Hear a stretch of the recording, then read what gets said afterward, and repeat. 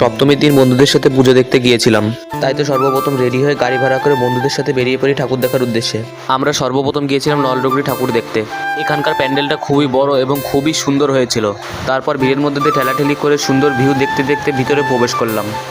ভিতরের ভিউটা বাইরের ভিউ থেকে আরও খুবই সুন্দর ছিল। সামনে একটা ঝর্ণা বানিয়েছিল। তারপর চলে আসলাম প্রতিমা দেখার জন্য। এই যে হলো সেই প্রতিমা। তারপর প্যান্ডেল থেকে বাইরে বেরিয়ে এসে বন্ধুদের সাথে মিলে এক ফুচকার দোকানে দাঁড়িয়ে পড়ি ফুচকা খাওয়ার জন্য। তারপর চলে আসি সিন্দ্রানী প্যান্ডেল দেখার জন্য। তারপর কিছুক্ষণ লাইন দাঁড়িয়ে আমরা প্যান্ডেলের মধ্যে প্রবেশ করে যাই। তো তোমরা দেখতেই পাচ্ছ যে প্যান্ডেলের ভেতর কত সুন্দর ভিউ করেছিল। ওর প্রতিমাকে দর্শন করে বাইরে বেরিয়ে এসে দেখি কি এরা কি যেন একটা লটারির মতো খেলা খেলছে। এই খেলাটার নাম আমি জানি না, তোমরা কমেন্ট করে বলে দেবে। তারপর দেখলাম এরা একে একে বন্দুক দিয়ে বেলুন ফাটানো শুরু করেছে। তারপর এদের বেলুন ফাটানো হয়ে গেলে আমরা চলে আসি একটা জুসের দোকানে এবং সবাই মিলে একটা একটা জুস নিয়ে খাওয়া শুরু করে দিলাম। তারপর আমরা গাড়ি নিয়ে বেরিয়ে পড়ি অন্য প্যান্ডেল দেখার জন্য। রাস্তাতে আসার পথে আমাদের এই প্যান্ডেলটা চোখে পড়ে গেল এবং আমরা তার মধ্যে প্রবেশ করে গেলাম। তারপর রাস্তাতে যাওয়ার সময় আমাদের এই প্যান্ডেলটা চোখে পড়ে এবং আমরা এই প্যান্ডেলের মধ্যে ঢুকে যাই। এই প্যান্ডেলটার ভিউ করেছিল পাহাড়ি এলাকার ভিউ। তারপর সুন্দর ঝর্ণা দেখতে দেখতে মাকে দর্শন করে আমরা বেরিয়ে যাই অন্য প্যান্ডেলের উদ্দেশ্যে।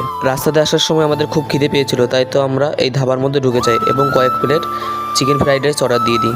তারপর আমরা চলে আসি কামালপুরে, যেখানে তৈরি হয়েছিল বিশ্বের সবচাইতে বড় দুর্গা প্রতিমা। পর আমরা ঠিক করলাম যে নাগরদোলায় উঠবো, তাই তো আমি এবং আমার এক বন্ধু নাগরদোলায় উঠে পড়লাম। প্রথম দিকে তো এর খুবই ভয় করছিল, তারপর আস্তে আস্তে সবকিছু ঠিক হয়ে গেল।